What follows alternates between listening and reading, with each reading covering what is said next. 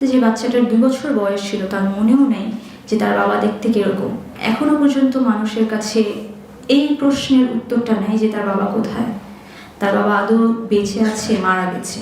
যেই মানুষগুলো কখনো ভাবে নাই যে তাদের বাইরের কোট আনকোট বাইরের জগতের সাথে লড়াই করতে হবে, লড়াই কেন, ন্যূনতম কথাও বলতে হবে, এই মানুষগুলো আজ বেধড়ক লড়াই করে যাচ্ছে নিজেদের স্বামীকে আনার জন্য, সন্তানের পিতাকে আনার জন্য। আওয়ামী লীগ শাসনামলে ওনারা কখনো এই ব্যাপারটাকে স্বীকারই করেন নাই যে জোরপূর্বক কোনো গুম খুন ঘটছে। গুম হয়েছে একজনের স্ত্রীর সাথে কথা হচ্ছিল, উনি আমাকে বলছিলেন যে আপু জানেন আমার কখনো 10 টাকার কাঁচামরিচ কিনতেও বাসার বাইরে যেতে হয়নি। আমার হাজব্যান্ড আমাকে বলেছেন তোমার যে কোনো কিছু লাগবে তুমি আমার কাছে বলবে, আমি এনে দিব, তোমার বাইরে যেতে হবে না। আমার কখনো বাইরে যাওয়ার প্রয়োজনই হয়নি। আমি এখন ঢাকার আনাচে কানাচে সব জায়গায় চিনি। যখন আমার স্বামীকে আটক করে নিয়ে যাওয়া হয় তখন আমি গ্রামের বাড়িতে ছিলাম। আমাকে গ্রামের বাড়িতে আমার হাজব্যান্ডই রেখে এসেছিলেন। উনি আমাকে বলেছিলেন উনি 2 দিন থেকে 3 দিন পরে এসে আমাকে নিয়ে যাবেন, কিন্তু উনি আর আমাকে ঢাকা ফিরিয়ে আনতে পারেননি। আমার ঢাকা ফিরে আসতে হয়েছে একা। আমার ছোট্ট একটা সন্তান নিয়ে আমি ঢাকা ফিরে এসেছি, কিন্তু আমি এভাবে কখনো ফিরতে চাইনি। আমি ফিরতে চেয়েছিলাম যেভাবে আমি গ্রামের বাড়িতে গিয়েছিলাম, ঠিক সেভাবেই আমি ফিরতে চেয়েছিলাম। আমরা যখন দেখি এই মানুষগুলোকে, তারা যখন তাদের গুম হওয়া মানুষগুলোকে ফেরত চায়, এই আদালতের বারান্দায়, বিভিন্ন আইন শৃঙ্খলা রক্ষাকারী বাহিনীদের অফিসের বাইরে আমরা দেখি কাদেরকে, মূলত পরিবারের নারী সদস্যগুলোকে, এই গুমের শিকার নারী সদস্যগুলোকে।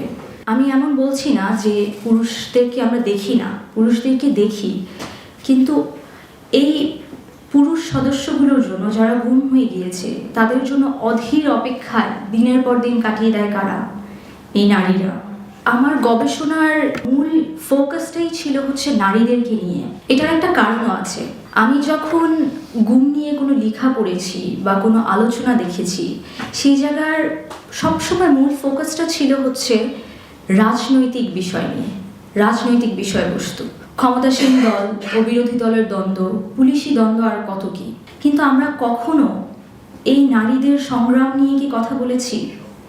এই নারীগুলো যারা ঘরের 4 দেয়ালের মধ্যে বন্দী ছিল, তাদের গণ্ডিটা কখনো 4 দেয়ালের বাইরে ছিল না। এই নারীগুলো যখন রাস্তায় নেমে এসেছে, তাদের এই কষ্টের কথা, তাদের এই যুদ্ধের কথা আমরা কি কখনো একটা বারের জন্য ভেবে দেখেছি? আমি কখনো এই আলোচনাগুলো আসলে দেখতে পাইনি। অ্যান্ড সেই কারণেই মূলত আমি আমার এই গবেষণাটা মূলত নারী ফোকাস করেছি। আমি তাদের সংগ্রামের কথা যে কয়টা পরিবারের কাছ থেকে শুনেছি, তাদের সবারই একটা ব্যাপার খুবই কমনলি আমি দেখেছি যে তারা এরকম একটা মানুষ ছিল, গৃহিণী, যারা কখনো বাইরের কোট আনকোট বাইরের দুনিয়া দেখে নেই, বাইরের জগৎ দেখে নেই। তারা তাদের এই গণ্ডি ভেঙে বাইরের জগতে দাপটে বিচরণ করছে। কেন? তাদের প্রিয়জনকে ফিরিয়ে আনার জন্য। আমরা যদি একটু পিছনে যাই, যদি আমরা একটু কল্পনা করি যে আমাদের এখানে আমরা যারা উপস্থিত আছি সবার বয়স 12 বছর, কিভাবে আমরা আমাদের 12 বছর বয়সে আরাম আয়েসে আমরা দিন কাটাতাম, খেলে দুলে বেড়াতাম। আমরা আরেকটু ভাবি, বিকালবেলা আমরা খেলে বাসায় ফিরেছি, ফিরে বাসায় বাবার সাথে বসে টিভি দেখছি এবং মা রান্নাঘরে নাস্তা বানাচ্ছেন, কি মধুর স্মৃতি। ঠিক ওই সময় কলিং বেলটা বেজে উঠল। কলিং বেলটা বাজার পরে গেটটা খোলার সাথে সাথে সাদা পোশাকধারী কিছু আইন শৃঙ্খলা রক্ষাকারী বাহিনী পরিচয় আমার বাবাকে তুলে নিয়ে যাচ্ছে। আমার মা দৌড়ে রান্নাঘর থেকে বেরিয়ে এসে সে কিছু বুঝিয়ে উঠতে পারছে না হচ্ছেটা কি। আমি একজন 12 বছর বয়সী তার সন্তান হয়ে আমি কিছু বুঝে ওঠার আগেই আমি দেখছি আমার বাবাকে তারা তুলে নিয়ে চলে গেল। এই অবস্থায় আমার কি করণীয় বা আমার মার কি করণীয়, যেখানে পরিবারের সদস্য, যে আমাদের ব্রেড উইনার, যে আমাদের কর্মক্ষম ব্যক্তি, তাকে তুলে নিয়ে যাওয়া হচ্ছে। এই অবস্থায় আমি আমার মাকে দেখছি, আমার মা কাঁদছে। আমার মা বুঝে উঠতে পারছে না সে কি করবে। তার কারণ গৃহিণী হিসেবে ওনার কখনো বাইরে যাওয়ারই প্রয়োজন হয়নি। এই অবস্থায় তার স্বামীকে কেউ এসে তুলে নিয়ে যাচ্ছে, সে বুঝতেছিল না যে তার কোথায় যেতে হবে। এমতো অবস্থায় যখন সে বুঝতে পারে যে আসলে তার কাছে এখন বিকল্প শুধু একটাই, হয় রুখে দাঁড়াতে হবে নয় সরে দাঁড়াতে হবে। এই জোরপূর্বক গুমের শিকার পরিবারের নারীদের কাছে সরে দাঁড়ানোর বিকল্পটা ছিলই না। তার কারণ সরে দাঁড়ানোর অর্থটাই ছিল তাদের প্রিয়জনকে সারা জীবনের জন্য হারিয়ে ফেলা। কিন্তু তাদের এই রুখে দাঁড়ানোটা কখনো সহজ ছিল না। এই রুখে দাঁড়ানোটা ছিল খুবই কষ্টের। তার কারণ তারা যখন তাদের স্বামীর খোঁজ করতে গিয়েছে, প্রথমে গিয়েছে র্যাবের অফিসে। ওখানে গিয়ে তারা জানতে পারে কি এরকম কোনো গ্রেফতার করাই হয়নি, এরকম কোনো গ্রেফতার ঘটেই নেই। তাদেরকে র্যাব অফিস থেকে বলা হলো আপনি ডিবি অফিস বা আপনি থানায় যোগাযোগ করেন। তারা ডিবি অফিস বা থানায় গেল। যাওয়ার পরে তারা একই উত্তর পেল। সে শুনতে পেল যে এরকম কোনো গ্রেফতার তো ঘটে নাই। তারা এখন কোথায় যাবে, কার কাছে যাবে, কার কাছ থেকে তারা জানতে পারবে যে তার স্বামী কোথায় আছে?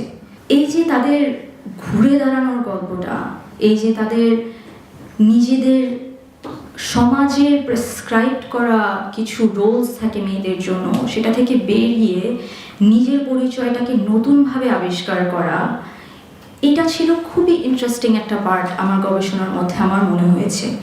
এই জিনিসটা খুব আমার আকর্ষণ কেড়েছে।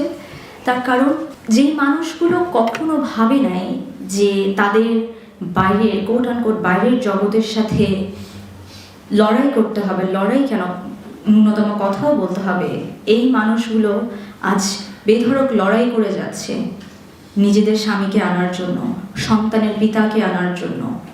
এই সন্তানগুলো যারা তাদের বাবাকে পাচ্ছে না, ছোট ছোট খুবই ছোট ছোট ইভেন্ট এগুলো আমাদের কাছে, আমরা হয়তো বা এইসব নিয়ে ভাবিও না। স্কুলে জিজ্ঞেস করা হচ্ছে যে তোমার বাবা কোথায়, তাদের কাছে উত্তর নেই, তারা কিছু বলতে পারছে না। তারা কি বলবে, তার কারণ তারা নিজেরাও জানে না। এই সন্তানগুলো এসে যখন তাদের মাকে প্রশ্ন করে মা বাবা কোথায়, তারা কি উত্তর দিবেন? তোমার বাবাকে কেউ তুলে নিয়ে গিয়েছে, আমি জানি না তারা কে, আমি জানি না কবে তোমার বাবা ফিরে আসবে। আপনারা একটু ভাবেন, আজকে যদি আপনার বাবার ব্যাপারে আপনি কোনো কিছুই না জানতেন যে সে কোথায় আছে, কিভাবে আছে। একটা মানুষ যখন মারা যায় তখন এটলিস্ট মনকে এই সান্ত্বনাটা দেওয়া যায় যে সে মানুষটা নেই, সে মানুষটা মারা গিয়েছে, তার লাশটা হয়তো বা কবরে আছে বা তার লাশটাকে আমরা দাফন করে দিয়েছি। কিন্তু এই সন্তানগুলোকে উত্তর দেওয়ার দায়িত্বটা কার? আমি আপনাদের সবার কাছে এই প্রশ্নটা রাখতে চাই। এই সন্তানগুলো একে তো তাদের বাবাকে পাচ্ছে না, দ্বিতীয়ত তাদের মা তাদের বাবাকে খুঁজতে এতটাই ব্যস্ত যে অনেক সময়ই তারা তাদের প্রাপ্য সময়টুকু পায় না তাদের মার কাছ থেকেও। একজন নারী হিসেবে, একজন মা হিসেবে সমাজ তার কাছ থেকে কি এক্সপেক্ট করে? যে সে তার সন্তান হবে তার প্রায়োরিটি লিস্টে টপ। কিন্তু এই জোরপূর্বক গুমের শিকার পরিবারের নারীগুলোর কাছে সেটা আসলে হয়ে ওঠে না। এমন না যে তারা করতে চান না, তারা সে করার মতো অবস্থাটা থাকে না। তাদের মধ্যে এই অপরাধ বোধটা কাজ করে যে আমি আমার সন্তানকে তার প্রাপ্য সময়টুকু, প্রাপ্য যত্নটুকু দিতে পারছি না, আমি ওদেরকে ওদের বাবা ফিরিয়ে এনে দিতে পারছি না। এই অপরাধ বোধ থেকেও তাদের মধ্যে লড়াই করার একটা স্পৃহা চলে আসে। এখানে পরিবারের আরও কিছু ফ্যাক্টরস থাকে, যেমন একটা মা যখন বাসায় না থাকে, এক্সটেন্ডেড ফ্যামিলিতে যেটা হয়, আমরা যেটা দেখি যে ফ্যামিলির এক্সটেন্ডেড মেম্বার্সরা হয়তো বা সে বাচ্চার দায়িত্বটুকু নেয়, কিন্তু এখানে এরকম ঘটে না। তার কারণ দুটো। এক, তারা মনে করে যে আমি যদি এই ফ্যামিলিটার হেল্প করি বা আমার ভাতিজা, আমার ভাগ্নি, আমি যদি তাদেরকে সাহায্য করি, তাদেরকে শেল্টার দিই, তাহলে আমিও গুমের শিকার হতে পারি। তাদের নিজেদের নিরাপত্তার ভয়ের কারণে তারা এই সাহায্যটুকু হয়তো বা করবেন না। আরেকটা কারণ হচ্ছে সম্পত্তির যে ভাগ। যেহেতু আমার ভাই বা আমার ছেলে চলে গিয়েছে, ওর ভাগের জিনিসটুকু আমি কেন ওর স্ত্রী বা সন্তানকে দিব? ওরা কষ্টে আছে, ওরা কষ্টে থাকুক। কিছু সংখ্যক পরিবার এমনও দেখা যায় যারা আসলে এক্সটেন্ডেড ফ্যামিলির কাছ থেকে সে সাপোর্টটুকু পায়, কিন্তু খুব অপমান অন্যায় সহ্য করে। তারা এই অপমান অন্যায়টুকু সহ্য করে, এটার পিছনের কারণ শুধু একটাই। এটা চিন্তা করে মাটা যে আমার সন্তানটা হয়তো বা উত্তরাধিকার সূত্রে আমার স্বামীর সম্পদটুকু পাবে, যেটা পরে হয়তো বা ওর ফিউচার সিকিউরিটি দিবে। কিন্তু এই সব কিছুর মাঝে একটা ব্যাপার খুবই কমন, সেটা হচ্ছে এই পরিবারগুলোর সবার মধ্যে একটা জিনিস থাকে, তাদের শেয়ার ট্রমা। তারা সবাই একই রকমের কষ্ট দিয়ে একই রকমের ট্রমা দিয়ে যায়। অ্যান্ড এই ট্রমাটা যে শুধু স্ত্রী পর্যন্ত বা মা পর্যন্ত বা ভাই পর্যন্ত বা বোন পর্যন্ত সীমাবদ্ধ থাকে তা না, এই ট্রমাটা ট্রান্সজেনারেশনাল। এই বাচ্চাটা, যে বাচ্চা হয়তো বা 12 বছর বয়স ছিল যখন তার বাবাকে তুলে নিয়ে গেছে, যে বাচ্চাটার 2 বছর বয়স ছিল, তার মনেও নেই যে তার বাবা দেখতে কীরকম। এখনো পর্যন্ত মানুষের কাছে এই প্রশ্নের উত্তরটা নেই যে তার বাবা কোথায়, তার বাবা আদৌ বেঁচে আছে, মারা গেছে। এই মায়ের ডাকের অন্তর্ভুক্ত যে পরিবারগুলো আছে, তারা সকলেই এই একই রকম ট্রমাটা দিয়ে যায়। তারা যেন এক নতুন পরিবারের সন্ধান পায় এর মধ্য দিয়ে, যে পরিবারের বাইরে আরেকটা পরিবার।